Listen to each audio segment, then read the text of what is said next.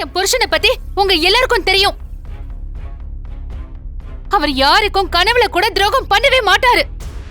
இந்த புவனேஸ்வரி சொல்றத நம்பாதீங்க. முதல்ல இந்த வழக்கை இங்க நடத்தவே கூடாது. தயவு செஞ்சு சபையை கலைச்சிருங்க. போத நிறுத்த. இது ஒண்ணும் உன் வீடு கிடையாது. இங்க உன் அதிகாரம்லாம் செல்லுபடி ஆகாது. அப்படியா? அப்படியா? ஏ போனா, என் புருஷன் ஏதோ இக்கட்டான சூழ்நிலையில இப்படி பதில் பேச முடியாம நின்னுட்டு இருக்காரு. அதுக்காக அவர் குற்றவாளின்னு அர்த்தம் இல்ல. ஆமா, என் புள்ள கட்டின மனைவியை தவிர இன்னொரு பொண்ண மனசால கூட நினைக்காதவ. இத பாருங்க, இந்த போனோட பேச்சை யாரும் நம்பாதீங்க. ஆமா, என் அப்பாவை எதிர்க்கிற, அவரை பழி தீக்கிறேன்னு இந்த புவனா ஏதேதோ பண்ணி பார்த்தா. அவரை அசைக்க கூட முடியல. இன்னைக்கு இவரு மேல இப்படி ஒரு கலங்கத்தை சுமத்தி இவரை பழி தீர்த்துக்கலான்னு நினைக்கிறா. இந்த பையனும் இவர் காற்று ஆதாரமும் உண்மையா இருக்கவே முடியாது. நாம இதை ஏத்துக்க கூடாது. என்ன அமைதியா இருக்கீங்க? ஆளாளுக்கு பேசிக்கிட்டே போறாங்க. என்னுடைய குற்றச்சாட்டை வச்சுட்டேன். பேச வேண்டியவரை பேசாம மத்தவங்க பேசிக்கிட்டு இருந்தா என்ன அர்த்தம்? உன் இஷ்டத்துக்கு எதையாவது சொல்லுவ, அதுக்கெல்லாம் என் புருஷன் பதில் சொல்லணுமா? அவர் பேச மாட்டாரடி. இத பாரு, என் புருஷன் மேல எந்த குற்றமோ இல்லைன்னு நான் நிரூபிக்கிறேன். இது என் சபதம், சத்தியம்.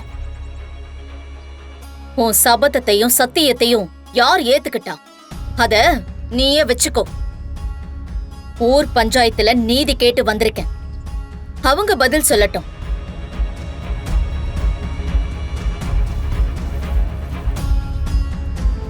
ரகுராமையாவுக்கு உடனே பதில் சொல்ல சில சங்கடங்கள் இருக்கலாம். அதனால அவருக்கு ஒரு நாள் அவகாசம் கொடுக்கறேன். நாளைக்கு காலையில 10 மணிக்கு இதே இடத்துல பஞ்சாயத்து கூடும். அப்ப ரகுராமையா அவர் மேல வச்சிருக்கிற குற்றச்சாட்டுக்கு பதில் சொல்லியே ஆகணும். இது பஞ்சாயத்தோட உத்தரவு. இல்ல, இதை என்னால ஏத்துக்க முடியாது.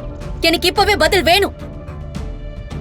நாளைக்குன்னு தள்ளி போட்டா குடும்பமா கூடி பேசி இந்த பிரச்சனையை எப்படி சமாளிச்சு திசை திருப்பலான்னு சதி திட்டம் தீட்டுவாங்க. அதனால இப்பவே ரகுராம பதில் சொல்ல சொல்லுங்க. அம்மா, பஞ்சாயத்துக்கெல்லாம் நீங்க உத்தரவு போட முடியாது. இங்க பஞ்சாயத்து போட்ட உத்தரவை நீங்க மதிக்க கத்துக்கங்க. என்ன, நாளை காலையில 10 மணிக்கு மறுபடியும் இங்க பஞ்சாயத்து கூடும். அப்போ ரகுராம் ஐயா பதில் சொல்லுவாரு. இப்போ இந்த சபை கலையலாம்.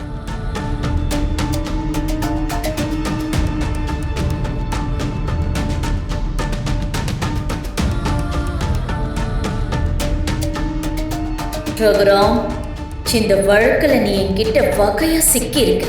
அவ்வளவு சுலபத்துல இந்த வழக்குல இருந்து உன்னை நான் விட்டுற மாட்டேன். அப்பா,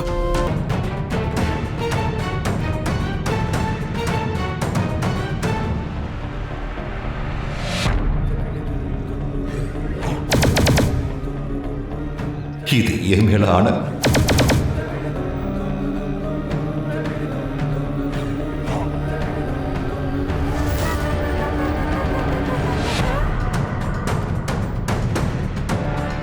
பேசணும்னா பெரியப்பா பஞ்சாயத்திலேயே பேசிருப்பாருல்ல.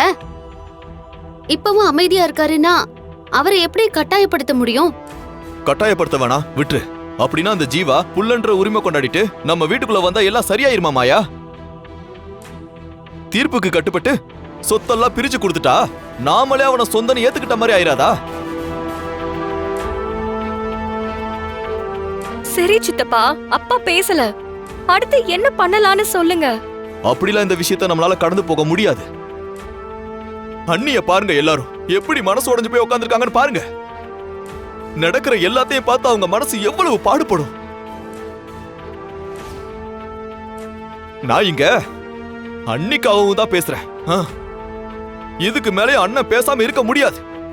அவரு பதில் சொல்லிதான் ஆகணும். என்ன, நான் இவ்வளவு தூரம் பேசிட்டு இருக்க உங்க காதுல விழுகுதா இல்லையா? இவ்வளவு பேர் உங்களை பார்த்து கேள்வி கேட்கிறோம், நீங்க மௌனமாவே இருந்தா என்ன அர்த்தம்? நீங்க வாயை திறந்து இப்ப பதில் சொல்லிதானே ஆகணும். நான் கேட்டுக்கிட்டு இருக்கேன்ல. மச்சான், என்ன மச்சான் நீங்க அவரை சொல்லு ஏன் கட்டாயப்படுத்திட்டு இருக்கீங்க? அப்புறம் கட்டாயப்படுத்தாம என்ன பண்ணுவாங்க? அண்ணன் இப்படி அமைதியா இருக்கிறது கொஞ்சம் கூட சரியில்லை மாமா. மச்சான் கொஞ்சம் பொறுமையா.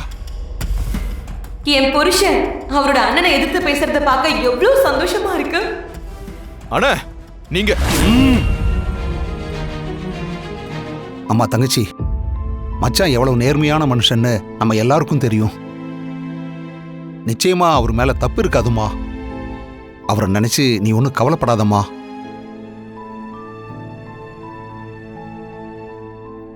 என் புருஷன் மேல இப்படி ஒரு பழி விழுந்துருச்சுன்னு தான் நான் கவலைப்படுறேன். அவரு பத்திரமாத்த தங்கோன்னு.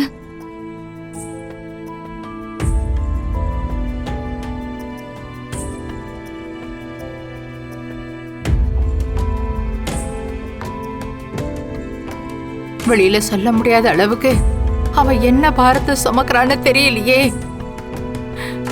அம்மா தாயே, நீதாம்மா என் பிள்ளைய காப்பாத்தணும்.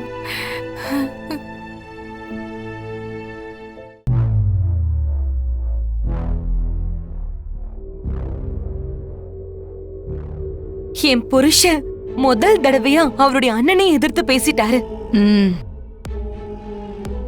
இன்னைக்கு நீங்களுமே கூட உங்க அண்ணனை எதிர்த்து பேசிட்டீங்க. எனக்கு ரொம்ப சந்தோஷமா இருக்கு அண்ணி. என் அண்ணன் அவருக்கு சமமா தான் என்னையும் நடத்துறாரு. எல்லா உரிமையும் எனக்கு கொடுத்திருக்காரு. அவர் மேல ஒரு குற்றச்சாட்டு வந்த உடனே அவர் என்ன பண்ணாரு? நேரா போய் பஞ்சாயத்து சேர்ல தலைவராய் என்ன உட்கார வச்சதே அவர்தான். அத்தனை பேரு முன்னாடி நான் அவரை கேள்வி கேட்கிறேனே, அந்த மனுஷன் எவ்வளவு பெரிய ஆளு. கொஞ்சம் கூட கோவப்படாம என்ன மரியாதையா தனக்கு சரிசமமா ஒரு தலைவரா என்ன மதிச்சு நடத்தினார்ல.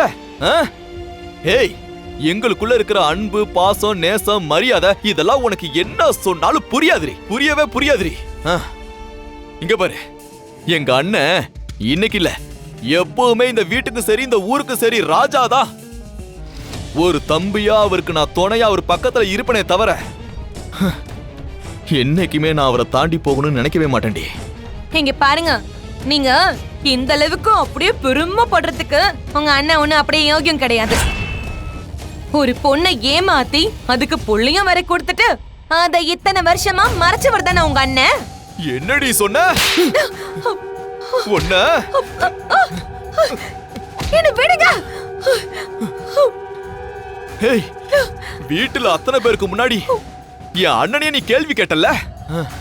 இந்த அறைய அப்பயே அங்க வச்சு உனக்கு எல்லாரும் முன்னாடி கொடுத்துருக்கணும்.